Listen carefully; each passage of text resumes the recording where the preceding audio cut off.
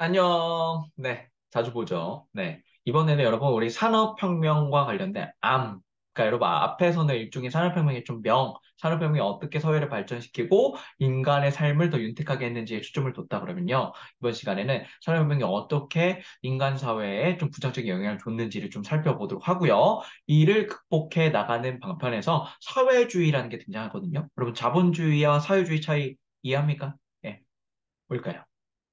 여기에 바로 퀴즈 댓글 다시면 되겠습니다. 네. 자, 여러분, 일단은 산업혁명의 시작하도록 하겠습니다.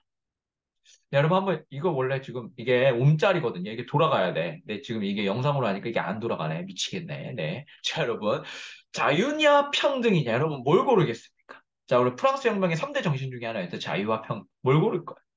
선생님은 그러면 뭘 고를 건데요? 선생님은요? 선생님 바로 안 알려줘. 네, 안 알려줄 겁니다, 선생님은. 네.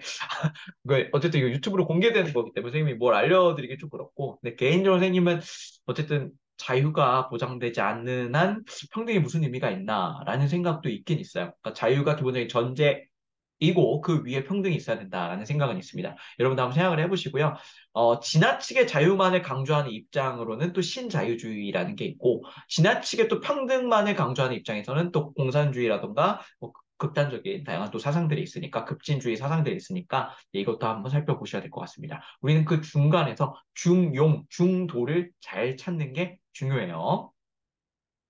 네.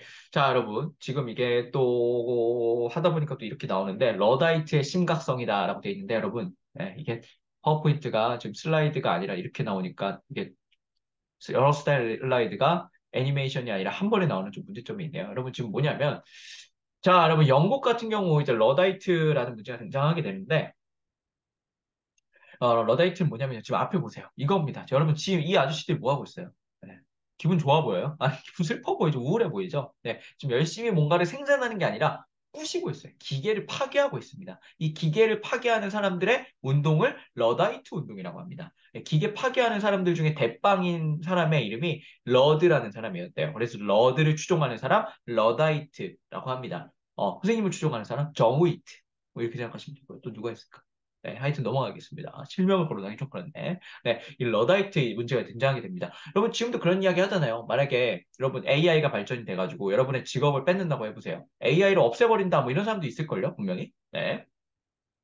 여러분 이제 이 시기가 되면 어떤 문제가 생겨나냐면 노동 문제가 많이 생겨납니다. 아까 이 자본가가 산업을 발전하기 시키기 위해서는 결국 값싼 노동자를 들여와서 노동을 시켜야 된다라고 말씀드렸어요. 그러니까 이게 나쁜 말로 이야기하면 노동자를 착취한다라고도 볼 수 있는 겁니다. 물론 이런 착취의 부분을 점점 없애고 점점 자본가와 그런 프롤레타리아가 서로 어느 정도의 이익을 공유할 수 있는 환경으로 가면 점점 선진국으로 가는 거죠. 근데 너무 지나치게 빈부격차가 심할 정도로 이익을 공유하지 않고 자본가가 노동을 착취한다 그러면 사회 불만이 커지고 결국 사회에 어떤 혁명의 과정으로 이어질 수도 있는 것이죠. 그래서 이 빈부격차를 잘 조절해야 되는 것도 굉장히 중요하고요.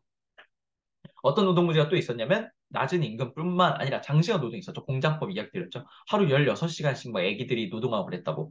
그리고 빈부 격차 말씀드렸고 여성과 아동 노동의 문제가 계속 있었습니다. 이러다 보니까 아예 기계를 파괴하자는 어떻게 보면 좀 나쁘게 얘기하면 미개한 거고 어떻게 보면 얼마나 절실했겠어요, 이 사람들이. 네, 그러다 보니까 이 러다이트 운동이 등장하게 됩니다. 자, 그리고 또 이거에 대응하기 위해서 노동조합도 결성해요. 노동자들이 힘이 없다고 판단한 거야. 자본가는 굉장히 힘이 센데 우리 노동자들이 힘을 모아서 파업을 하거나 해서 자본가에게 대항하자라는 모습도 보이게 됩니다. 당시 이제 러다이트 운동이 왜 일어났는지를 하나 이제 또 보여주는 자료인데 교과서에는 없습니다. 선생님이 발굴한 거예요. 그럼 오른쪽에 계신 이분 혹시 알까요? 네, 아무도 모를 건데 웰링턴 장군이라고 해가지고 나폴레옹과 싸워서 이긴 사람이 두 명 있거든요. 넬슨 제도, 해군의 넬슨 제도, 그다음에 이 웰링턴이란 분이 이 스페인에서 자기 병사들을 영국 병사들을 스페인에 파견해가지고 나폴레옹을 물리치게 되죠. 이 웰링턴 장군인데 당시 영국에서 이 나폴레옹을 막기 위해서 파병했을 때가 3만 1,000명을 파병을 했답니다. 근데 여러분 영국 내에서 이 러다이트 운동이 일어났을 때 이 사람들 진압하기 위해서 군대를 보낸 게 12,000명을 보냈대요. 그러니까 거의 전쟁 수준으로 이 러다이트 운동이 심각했다는 걸 보여주는 거예요. 예, 전쟁 수준이었다. 네, 생각하시면 되고 생존이 걸린 거니까. 오늘날에도 러다이트가 있죠. 네. 예전에 월가를 점령하라 뭐 이런 거 시위도 있었고, 네, 부자들의 탐욕을 이렇게 견제하는 그런 모습입니다. 자, 여러분 또 이제 도시 문제도 좀 이야기를 해봐야 될 것 같아요. 도시 문제. 네, 도시 인구 급증하면 어떻게 됩니까? 네, 집 수가 부족하고 그러면 집값이 올라가고요. 여러분 이 당시는 상하수도 기술이 있었어요, 없었어요? 상수도는 먹는 물, 씻는 물, 하수도는 우리가 싸는 물 이런 거 내보내는 거죠. 네, 이런 게 없으니까 도시 문제도 발생하게 돼요. 인구가 밀집돼 있잖아. 또 뭐가 있어요? 코로나 같은 전염병. 위생 문제 발생하게 되죠. 네. 그리고 또 이제 기술 발전은 이것도인데 여러분 한번 생각해 보시면 될 것 같아요. 더 테크놀로지 트랩이라고 해가지고 자, 여러분, 기술 발전은 내 일자리를 뺏을까? 그래서 활성화 기술, 대체 기술 선생님이 설명을 해놨는데, 요거는 나중에 좀 기회가 되면 다시 한번 말씀드리도록 하겠습니다. 조금 이거는 더 넘어갈 수 있는 개념인데 여러분이 알면 좋을 것 같긴 해요. 네, 넘어가도록 하죠. 네. 개인적으로 궁금하신 분은 선생님이 찾아오시거나 여러분이 검색을 해보셔도 좋을 것 같습니다. 자, 여러분, 이런 식의 사회 문제에 대해서 비판하려는 사회주의 사상이 등장하게 됩니다. 사회주의라는 건요, 주의 앞에 있는 게 강조된다라고 했죠. 자본주의는 자본이 강조되는 거고, 사회주의는 사회가 강조되는 거고, 정의주의는 누가 강조됩니까? 선생님. 네, 선생님. 네. 자, 사회주의고, 앞에는 사회주의를 대표하는 세 명의 인물을 그려놨습니다. 마르크스, 레닌, 스탈린. 한 명은 독일인이고요. 두 명은 러시아, 소련 쪽 사람이다라고 생각하시면 되겠습니다. 정확히는 뭐 스탈린은 조지아 사람이기도 하지만요. 네. 이게 왜 등장했느냐? 좀 적색, 피로 물들, 뭐 노동자들의 뭐 그런 땀방울 뭐 이런 건가? 이게 왜 등장했느냐? 자, 산업혁명 이후 여러 가지 사회 문제가 커집니다. 그러면서 이 자본주의 문제점을 대두하면서 자본주의의 정의가 뭐였어요? 사유재산 인정하는 거죠. 네, 이 사유재산들을 부정하고 생산 수단을 공동으로 소유하고 나눠줘야 된다, 분배해야 된다라는 걸 주장하게 됩니다. 생산 수단은 뭐예요? 토지, 예, 자본, 노동, 이런 것들, 네, 이런 것들. 이건 생산 요소죠. 선생님 잘못 말했네. 네, 생산 수단이라는 거는, 뭐, 기본적으로 공장에서 돌아가는 것들, 그 다음에 뭐, 자본 같은 것들, 이런 것들 생산 수단이라고 할 수 있거든요. 이런 거를 모든 사람들이 공동 소유하고 분배해야 된다라는 겁니다. 그러니까 여러분, 이것만 봤을 때 사회주의는 모든 걸 공유하자는 게 아니야. 생산 수단만 공유하자는 거야. 생산을 하기 위해서 필요한 것들, 뭐 공장에 있는 기계 돌리는 거, 뭐 이런 것들도 다 이 생산 수단이겠죠. 그래서 이걸 통해서 평등사회로 건설해 가자라고 주장을 하게 되는데 두 가지 축이 있습니다. 로버트 오원이라는 이 영국인 같은 경우는요, 협동을 하는 사회주의를 하자. 그러니까 자본가랑 노동자랑 어느 정도 서로 협력을 하고 분배를 잘 하자. 이걸 주장하고요. 마르크스는 야, 말이 되는 소리에 이 오원 멍충아. 자본가들이 지들이 가진 거 내주겠냐? 지들이 가진 생산수단 나눠주겠냐고. 노동자들이 투쟁을 해서 그걸 얻어내고 양보를 얻어야 돼. 양보가 아니라 투쟁을 해서 뺏어야 돼. 라고 주장을 하게 됩니다. 그래서 칼 마르크스는 투쟁, 혁명, 뭐 이런 것들을 강조하는 모습을 보이게 돼요. 자, 여러분 이렇게 해서 이제 등장한 게 사회주의다라고 말씀을 드리면 될 것 같습니다. 자, 이제 그 다음 좀 넘어가 보도록 할게요. 만약에 시간이 있으면 선생님 활성화 기술, 대체 기술 설명드리겠습니다. 자, 여러분 이제 이것도 좀 지워졌는데 지금 여기 여러분 충격적인 사실 뭐가 있어요. 이게 뭐냐면 이건 좀 사진을 보여드리고 싶은데 이거 잠깐 좀 멈출게요. 호응 공유 잠깐 풀고 요거는 조금 여러분께 보여드리는 게 나을 것 같아서 잠깐만 좀 여러분 텀이 있을 건데 조금만 기다려 보세요. 이거는 자, 우리 런던 영국 가면요 충격적인 게 하나 있습니다. 선생님도 이제 영국을 가보진 않았지만 충격적일 것 같아요. 네, 하여튼 네 충격적인 게 뭐가 있냐면 잠깐만 기다리세요. 여러분 기대 이상입니다. 기다리시면 기대 이상의 뭔가를 볼 겁니다. 잠깐만 기다리세요. 선생님이 지금 파워포인트가 안 나오는 관계로 이걸 다시 화면 공유를 좀 하겠습니다. 느리다. 네, 컴퓨터가 아주 느립니다. 네, 이것이 현실. 네,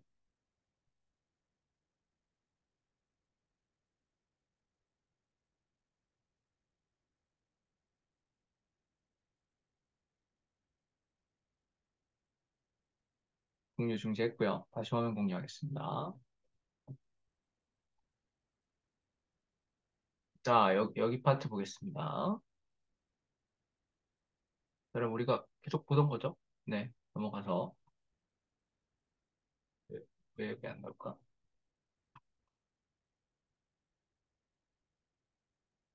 이거 먼저 나오면 안 되는데. 자, 요겁니다. 요거 좀 치울게요. 네. 자, 여러분, 영국에 가시면 이런 게 있습니다. 이거 뭘까요? 네.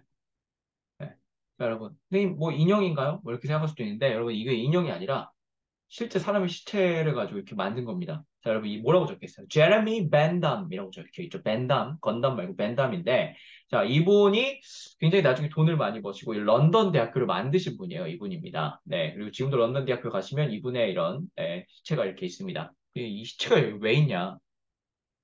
이분이 주장했던 게 여러분 영국은 아까 협동 이런 것도 강조했죠. 영국은 공리주의라는 사상이 있었습니다. 이거 좀 중요한 사상이니까 좀 기억을 하시면 돼요. 공리주의는 실제로 그런 뜻은 아니지만 여러분이 쉽게 이해하기 위해서는 어, 이익이란 뜻입니다. 이거는 드리는 이익이란 뜻이에요. 뭐 공부하다 뭐 이런 거랑 같은 겁니다. 그러니까 리익을 들여서 개인의 그런 개인의 어떤 가치, 개인의 자유 이런 것보다 공공의 총이익이 더 크면 개인의 자유보다 그게 더 중요시 된다라는 세상이에요. 뭔 말인지 이해돼요? 네, 이게 공리주의인데 얼핏 보면 자유주의 같기도 하고 공산주의, 사회주의 같기도 한 그 중간쯤에 있는 영국의 온건한 조금 자유 플러스 평등을 강조하는 사상을 이 공리주의라고 합니다. 이 아저씨가 왜 자기 시체를 여기다 해놨겠어? 예, 자기의 시체를 사람들이 보면서 도움이 됐으면 좋겠다. 그래서 뭐 장기 기증도 하고 이러시거든요. 예, 나의 개인의 자유보다 공공의 이익을 위해서 그 공공의 이익이 더 중요하다라는 사상이 공리주의예요. 네. 그러니까 뭐 선생님이 지금 뭔가 뭐 노래를 불러요. 그래서 노래를 불러가지고 얻는 이득이 10이라고 쳐봐요. 근데 선생님이 노래를 불러가지고 여러분이 불쾌해. 그러면 여러분이 얻는 불쾌감은 개개인이 10일 거 아니에요. 마이너스 10. 근데 그거 총 합치면 몇이에요? 마이너스 200이겠죠. 20명이니까. 만약에 20명이라 치면. 예. 그러면 이 마이너스 200이 선생님의 10보다 크잖아. 그럼 선생님의 자유를 보호해줘야 될까? 아니야. 공공의 이익이 더 중요한 거야. 네. 요 정도로 생각을 하시면 되고, 지금 여러분 런던 하면 여러분 뭐 토트넘. 네. 뭐 잠깐 말씀 드려봤습니다. 네. 자, 여러분 이제 다시 돌아오도록 할게요. 네. 공유 중지했고요. 다시 원래로 돌아왔어. 다시 원래로 돌아왔어. 이거 또 오래 걸리겠네.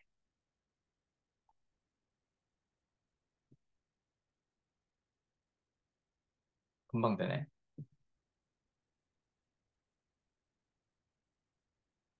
자, 여기 말씀드렸죠. 이제.